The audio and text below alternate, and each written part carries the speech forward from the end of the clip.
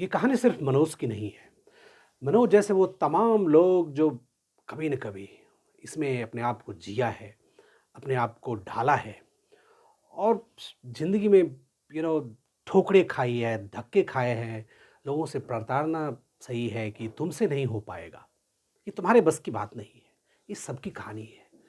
ऐसे सैकड़ों लोग कॉम्पिटिशन की तैयारी में हैं या जो भी ड्रीम को जीना चाहते हैं किसी भी फ़ील्ड में, उन सब की कहानी है।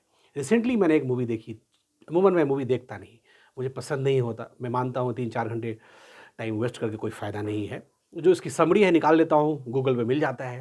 बट मैंने जानबूझ के कुछ समझने के लिए शायद अपनी कहानी से मिलती-जुलती हो थोड़ी बहुत, उससे थोड़ा-सा सीखने को मिले, कुछ बड़ा बनने को मिले और आपके लिए भी इसलिए वीडियो बनाने की कोशिश कर रहा हूँ कि ये कहानी सिर्फ मनोज की नहीं है। This story is about determination, it's all about inspiration, resilience. एक गरीब का बच्चा जो अपने बाप पे जो उसकी प्रताड़ना हुई है, उसके माँ-बाप का जो ड्रीम है, उसको जीता है। वो ये जानता है कि वो शायद किस चीज़ के बारे में बात कर रहा है, he is not aware of it. उसका कोई फैमिली का कोई पढ़ा-लिखा नहीं है, कोई सर्कमस्टेंसेस नहीं है, कोई हिस्ट्री नहीं है कि कहीं न कहीं पास किया हो। लेकिन उस जगह से निकल के आना, मैं चंबल की बात नहीं कर रहा हूँ। फ़िल्म में जो मनोज शर्मा कैरेक्टर है, हो सकता है वो चंबल के हैं, मेरे डीआईजी हैं अभी किसी स्टेट में। लेकिन आप जहाँ से भी हैं, एक मिडल क्लास की लाइफ़ वैसी ही है। आप शहर से नहीं होते, अमूमन आप गाँव से होते हैं। गाँव में सुविधाओं की कमी होती है, लाइट नहीं, पानी नहीं, मतलब ठंड में आप रात भर ऐसे ही बिना हीटर के पड़ रहे हैं, गर्मी में बिना एसी के पड़ रहे हैं, क्योंकि आप उस ड्रीम को जीते हैं। और मैं मानता हूँ कि जो फर्स्ट टाइम जो भी मिडिल क्लास अचीवर रहा है ना, उसको बहुत मेहनत करनी पड़ती है। क्योंकि फर्स्ट टाइम जब आप अचीव करेंगे ना, तो नेक्स्ट जनरेशन के लिए आसानी हो जाती है जीने के लिए। सिर्फ़ कहानी इसके आस-पास आप मत लें कि ये फ़िल्म है, एक स्टोरी है।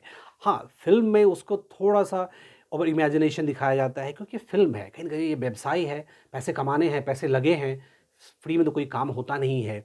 लेकिन आप अपनी कहानी उसको साथ जोड़ के देखिए। आपने अगर स्ट्रगल किया है, आपने अगर दुःख झेला है, लोगों से आपने ताने सुने हैं, लोगों ने कहा है कि तुमसे ना हो पाएगा। अरे! ये कैसे तुम कर लोगे? इसके बस की बात नहीं है और आपने प्रूव कर दिया है, कितनी खुशी मिली होगी। ज़िंदगी में यही रास्ता है। आप काम करिए, अपने पे काम करिए, अपने आप को इम्प्रूवमेंट में लाइए। कभी-कभी क्या होता है, हम उसमें उलझ जाते हैं कि लोगों ने क्या कहा। हम उसमें उसमें जकड़ जाते हैं कि लोग ऐसा मेरे बारे में क्या सोच रहे हैं। कोई फ़र्क नहीं पड़ता, किसी को कोई फ़र्क नहीं पड़ता है कि आप क्या हैं। आप क्या बन जाएँगे वही फ़र्क पड़ता है। कहानी में भी ऐसा ही है। वो क्या है ना, एक लड़का है, उसका दोस्त मनोज का, जो कि कहता है कि देखो वो लड़की पास कर गई एग्ज़ाम और उसने मेरे को छोड़ दिया, मेरे को डिच करके भाग गई। तो इसको झटका लगता है कि कहीं मेरे साथ भी ऐसा नहीं हुआ, मेरे साथ भी ऐसा ना हो। और एक बार होता भी है जब वो जाता है फ़िल्म में, आप देखेंगे स्टोरी जब आगे बढ़ती है और उसके घर तक पहुँच जाता है, श्रद्धा के घर तक, और वो चली जाती है, श्रद्धा कहीं और रहती है, उसकी फ़ैमिली में कहीं भी शादी होती है और पता चलता है टेलीफ़ोन पे कि मनोज आया है, तो वो श्रद्धा मना कर देती है कि तुम क्यों आए? तुम मेरे से क्यों मिलना चाहते हो?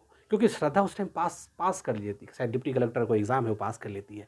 तो इसको बड़ा धक्का सा लगता है। उसको लगता है कि सही, वो दोस्त की याद आती है कि सही में लड़की ऐसी ही है। मतलब अगर आपके पास सक्सेस नहीं है, फ़ेम नहीं है, पैसा नहीं है, तो कौन आपका साथ देगा? वो इस बात को एहसास में रहता है, उसको यकीन होता है, इसलिए और कमिटेड होता है। इसी से वो इंस्पायर होता है। वो कहता है नहीं, जब तक मेरा प्रीलिम्स का एग्ज़ाम नहीं होगा, मैं तुम्हें टाइम नहीं दे पाऊँगा। जब तक मुझे कुछ बन नहीं जाता हूँ मैं, तब तक मैं तुम्हारे साथ मिल नहीं पाऊँगा। ये कमिटमेंट है ना। आपको किसी के जाने-आने से कोई फ़र्क पड़ना नहीं चाहिए। अगर आपका गोल सशक्त है, अगर आपका टारगेट सामने दिख रहा है, तो कोई आपको रोक नहीं सकता। कोई फ़र्क नहीं पड़ता है कि आपकी पढ़ाई कैसे हुई है, कोई फ़र्क नहीं पड़ता है कि आपका मीडियम क्या है, कोई फ़र्क ये भी नहीं पड़ता है कि उस पैसे कितने हैं, क्योंकि ये सब तो बहाने हैं। अगर आप ढूँढेंगे तो बहुत सारे बहाने मिल जाएँगे और बहाने ढूँढते-ढूँढते आप, अगर आपने बदलाव नहीं लाया, तो आपकी आने वाली पीढ़ी भी वही बहाने ढूँढती रहेंगी। इसलिए अपने आप को बदलाव में लाइए, चैलेंज करिए, किसी भी परिस्थिति में। वो परिस्थिति तो विषम है ना, जहाँ पे टॉयलेट साफ़ करना पड़ रहा हो उसको, वो चक्की के आटे के आस-पास उसकी शोर में पढ़ाई करना मुश्किल है, वहाँ पे जीना मुश्किल है, लेकिन वो अपने लक्ष्य के प्रति इतना डिटरमाइन है, वो चाहता है कुछ भी हो जाए ना, कोई फ़र्क नहीं पड़ता है। रोशनी रोशनी नहीं रहती है तो अब्दुल कलाम के बारे में एग्ज़ाम्पल देता है कि अब्दुल कलाम तो स्ट्रीट लाइट के आस-पास पढ़ रहे थे ना, ये तो मेरे पास अपनी बल्ब है, बल मेरे पास अपनी है। जब कोई इंसान स्ट्रीट लाइट पे, सड़क पे जाके पढ़ाई करके इतने बड़े मुकाम को पा सकता है, तो मेरे पास तो ये साधन है। मैं तो उस लेवल से अच्छा हूँ ना कि मेरे पास एक जगह भी है, मेरे पास लाइट भी है। कहने का मतलब ये है कि किसी भी विषम परिस्थिति में ना उसमें अवसर की तलाश करिए, उसमें कुछ पॉजिटिविटी लाइए, उसमें कुछ पॉजिटिव ढूंढिए कि इसमें क्या है, क्या लोगों के पास नहीं है और क्या है। अगर आप ऐसा सोचेंगे ना तो चीज़ें, जो कठिनाइयाँ हैं ना वो आसान होता जाएगा, वो मुश्किल से वो राहें जो है ना बहुत आसान होती जाएंगी और आप धीरे धीरे मंजिल की राह पे चले जाएंगे। आसान नहीं था मनोज का रास्ता, फोर्थ अटेम्प्ट में पास हुआ। उसे पता है कि ये लास्ट अटेम्प्ट है, अगर वो फेल कर गया तो आईएएस आईपीएस नहीं बन पाएगा, बड़ा अफसर नहीं बन पाएगा। लेकिन फिर भी वो कहता है कि उसका पर्पस एक अच्छा नागरिक बनना है, एक समाज सुधारक बनना है, लोगों को मोटिवेट करना है, समाज में हुए बुरे काम को रोकना है। इसलिए वो कहता है अगर मैं आईपीएस नहीं बन पाया तो मैं गांव जाके टीचर बनूंगा, मैं पढ़ाऊंगा और वो ऐसे बच्चों को सुधारूंगा जो चीटिंग करके पढ़ते हैं, जो नकल पढ़ते, जो बचपन से ही नकल करना शुरू कर दिया, चीटिंग करना शुरू कर दिया, वो तो कहीं ना कहीं जाके चीट ही करेगा ना जीवन में। वो चाहता है कि अगर इस तरह की चीज़ों में सुधार आ जाए तो ये हमारे जैसा मनोज दोबारा कोई पैदा नहीं होगा। आप समझिए आपका गोल कितना बड़ा है, इस बात से समझिए कि अगर आप कुछ नहीं बनेंगे ना तो कुछ और कोशिश करिए। ऐसा नहीं है कि एक रास्ता बंद हो गया तो दूसरा दरवाज़ा नहीं खुलेगा, दूसरा रास्ता भी खुलेगा, दूसरे दरवाजे भी खुलेंगे। तय आपको करना है। अगर आपको बहाने ढूँढने हैं तो बहुत सारे बहाने मिल जाएँगे, there is plenty of things. But अगर आपको एग्ज़ाम्पल सेट करना है, अगर आपको लोगों को बताना है, तो तो मैं यकीन से कहता हूँ कि आप कोशिश करेंगे ना तो आप हारेंगे नहीं कभी। और भगवान जो है कभी-कभी ना इंसान को चुनौती देता है, वो आपको डराएगा, आपको वो आपको आपको उस लेवल तक लेके जाएगा जहाँ पे आप कहेंगे कि अब मेरे से नहीं हो पाएगा। जहाँ पे आप अपने आप को एग्जिस्टेंस होता है ना, उसको आप उसको एक्सेप्ट नहीं कर सकते। उसमें आपको आपको लगेगा कि मैं जी के क्या कर रहा हूँ। आपके अपने एग्जिस्टेंस पे आप सवाल पैदा करेंगे कि मेरे को जी के क्या हुआ? हो सकता है आपके गलत ख़्यालात भी आए कि मेरा रहना क्या फ़र्क, मतलब कोई फ़ायदा नहीं है इस धरती पे, मैं पैदा क्यों हुआ? ये किस लिए जन्म हुआ है? मुझे कोई पहचानता नहीं, मुझे कोई जानता नहीं, मेरी कहीं पहुँच नहीं। तो जब आपको भगवान जो है ना, ऊपर वाला जो है ना, उस लेवल तक टॉर्चर कर देता है ना, तो आपकी कहानी बनाता है। आप सोचते हैं कि मेरे साथ ही ऐसा हो रहा है, लेकिन आप सोचिए ये कहानी बनती जाती है। जो मनोज की कहानी है, अगर वो इतना बड़ा स्ट्रगल नहीं होता, तो उसकी कहानी नहीं बनती, उस पे कोई फ़िल्म नहीं बनता, आज उसके चर्चे नहीं होते। तो जब आपके ऊपर विपत्ति का पहाड़ आ जाए ना, विपत्ति ही विपत्ति आ जाए, आप टूट जाएँ, आपको लगे कि इसके अलावा अब बचा क्या है? अब इससे नीचे कहाँ तक जाऊँ? तो आप यकीन मानिए ये कहीं न कहीं आपकी कहानी बनती रहती है और आपको तय करना है कि इस कहानी को जीना है, उसका उसका पात्र होना है या रास्ते से हट जाना है। इसलिए जब भी आपको लगे जीवन में कि अब हमसे नहीं हो पाएगा, वही एक क्षण है अपने आप को सुधारने का। वही एक क्षण है जहाँ से आप वापस लौट सकते हैं अपने रास्ते की तरफ। और होता भी यही है। मैंने खुद महसूस किया है। जब आपको लगेगा कि अब हमसे नहीं हो पाएगा, अब मैं टूट चुका हूँ, सारा दुःख भगवान ने मेरे को ही दिया है, तो आपको लगेगा कुछ न कुछ रास्ते में कुछ न कुछ होप दर्शन नज़र आता है, कुछ न कुछ रे ऑफ होप बोलते हैं ना, एक एक किरण नज़र आती है कि नहीं हो सकता है। ऊपर वाला वहाँ से बोलता है रुक, ठहर जा, अब तुझे मैं अब मैं रास्ता दिखाता हूँ और धीरे-धीरे आप उस रास्ते पे चले जाते हैं। चीज़ें बहुत कठिन होती है। शुरू में कभी भी लगेगा आपको ये मेरे से नहीं होगा, मुश्किल है।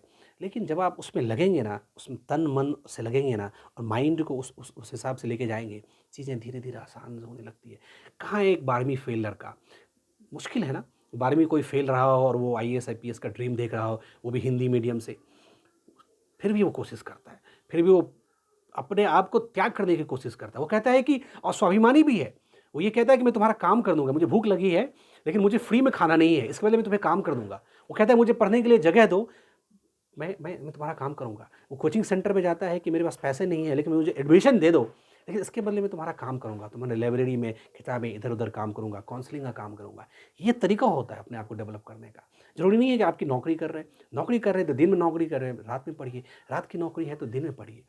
ऐसे आपको करना पड़ेगा ना। जब आपको बड़ा बनना है तो चैलेंज तो उठाने पड़ेंगे ना, क्योंकि फर्स्ट जनरेशन में बहुत स्ट्रगल है। अगर आपके माँ-बाप, आपके दादा-दादी गरीब रहे हैं, उन्होंने नहीं कर पाया है, तो ये आपके ऊपर चुनौती है और आपकी ज़िम्मेदारी भी है कि उसमें आपको उठ के खड़ा होना है और अपने आप को सँभालना है। क्योंकि अगर आप ऐसा नहीं करेंगे तो आपकी आने वाली जो पीढ़ी होगी, आपके जो बच्चे होंगे, उसके जो होंगे, वो भी इसी तरह से भुखमरी में और स्टिग्मा में पैदा होगा, वो भी अपने आप को कोसेगा कि मैं किस घर में पैदा हुआ।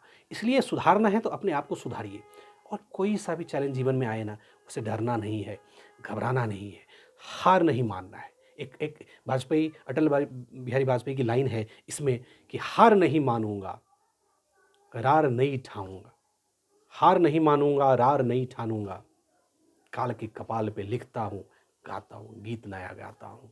उसे एक पहले एक लाइन बहुत अच्छी है कि टूटे हुए सपने की सुने कौन सिसकी, टूटे हुए सपने की सुने कौन सिसकी, अंतर को चीर बैठा पलकों पे ठिठकी, हार नहीं मानूंगा, रार नहीं ठानूंगा, काल के कपाल पे लिखता हूँ, मिटाता हूँ, गीत नया गाता हूँ। मतलब आप समझ रहे हैं, हार नहीं मानूंगा, रार नहीं ठानूंगा। हार नहीं मानूंगा, इसमें अगर हार भी गया, मानूंगा नहीं, छोड़ूंगा नहीं, रार नहीं ठानूंगा, कुछ और कोशिश कर लूंगा। कहता है ना कि अगर मैं आईपीएस नहीं बना तो मैं टीचर बनाऊंगा, क्योंकि पर्पस है समाज को सुधारना। पर्पस को ढूंढिए जीवन में, जब आप पर्पस को ढूंढेंगे तो आपकी कहानी बन जाएगी। ये ऐसा नहीं है कि मनोज शर्मा अकेला मनोज शर्मा है, समाज में, आपस में, अगल बगल में मैंने देखा है बहुत सारे लोग स्ट्रगल फेज में रहते हैं, जो अंत तक उसमें लगा रहता है वो ज़रूर जो है ना वो सक्सेसफुल हो जाता है। आपस में अगल बगल में 2-4 ऐसे मित्र बनाइए।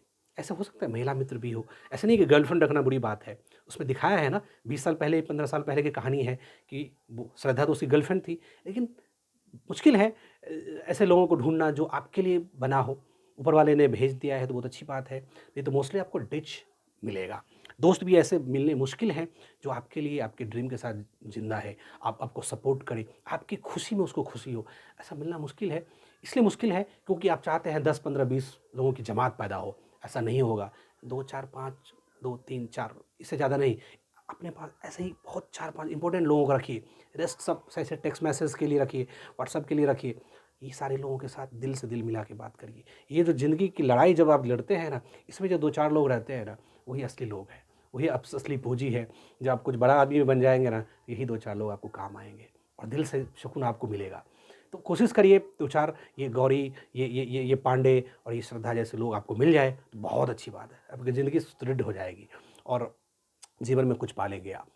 और मैं युवाओं से बोलता हूँ कि ऐसा नहीं कि गर्लफ्रेंड रखना बुरी बात है, या अगर आप सक्सेसफुल नहीं हुए तो आपको डिच कर दिया जाएगा। कोई बात नहीं, अगर कोई नहीं मिला तो कोई और सही, तू नहीं तो कोई और सही। इस पे जाना नहीं है कि उसने हमें डिच कर दिया। ये बात तो ज़रूर है बाबू कि अगर आप नहीं कुछ बनोगे तो मुश्किल है, लड़कों के लिए तो मुश्किल है ना, कौन आपके साथ अपना अपने ज़िंदगी को व्यतीत करेगा ना। तो इसलिए लड़कों को थोड़ा स्टैंड होना पड़ेगा। इसलिए हम इस समाज में ये देखते हैं कि जब शादी भी होती है तो लड़की क्या करती है उस पे ज़्यादा फोकस नहीं करते, लड़का क्या करता है उस पे ज़्यादा फोकस दिया जाता है। इसलिए आपको करना है, आप किसी भी जाति के हो, किसी भी धर्म के हो, किसी भी परिवेश में हो, आपके माँ बाप क्या कर रहे हैं, नहीं कर रहे हैं, नहीं फ़र्क पड़ता। अगर आपको कुछ बनना है, आपको स्टैंड लेना पड़ेगा, आपको समझना पड़ेगा और अपने लिए एक रास्ता तैयार करना पड़ेगा। इसलिए ये कहानी सिर्फ मनोज की कहानी नहीं है, ये कहानी आपकी भी है, ये कहानी मेरी भी है। मनोज की कहानी तो इसलिए फिल्मों में आ गई क्योंकि अगर सफलता बड़ी होगी उसके चर्चे भी बड़े होंगे, उसके किस्से भी बड़े होंगे। बट छोटी सी भी सफलता है ना, अगर आप कहीं भी कर्मचारी बन जाते हैं, आप किसी भी पोस्ट पे 4th ग्रेड में भी हो जाते हैं, तो शुरुआत अच्छी होती है। मैं जानता हूँ, मैं खुद जानता हूँ कि मैं जब पढ़ता था 12वीं में तो मेरे साथ एक मित्र थे, सीनियर थे लेकिन मित्र की तरह थे, और he was failed in 10th exam, 1996 board में फेल। ग्रेजुएशन जब कर रहे थे बीएससी मैथमेटिक्स तो 2nd ईयर में फेल, but he is now district collector. He was district collector in Ayodhya. अभी बताना ठीक नहीं है क्योंकि किसी रीज़न की वजह से he is a district collector and his IAS qualified in 2000 I think 9 10 7 I think. तो ऐसा नहीं है, ये कहानी सिर्फ मनोज की नहीं, मैं बताया ना, ये कहानी बहुत सारे लोगों की है। तो जीवन में अगर आपके पास कुछ पाने की ललक होगी, कुछ कुछ बनना चाहते हैं ना, तो आपने क्या खोया कोई फ़र्क नहीं पड़ता। आप कोशिश करिए, स्टैंड करिए और बड़ा आदमी बनने की कोशिश करिए। ड्रीम बड़ा होना चाहिए। उस ड्रीम को जीने के लिए, उसको पाने के लिए, respective of the anything you want to do, do it but get it done. चाहे कोई भी काम करे, कोई भी। फ़िल्म में वो शायद टॉयलेट भी साफ़ करता है कुछ दिन तक। तब क्या दिखाया है, चित्रण क्या चित्रण है।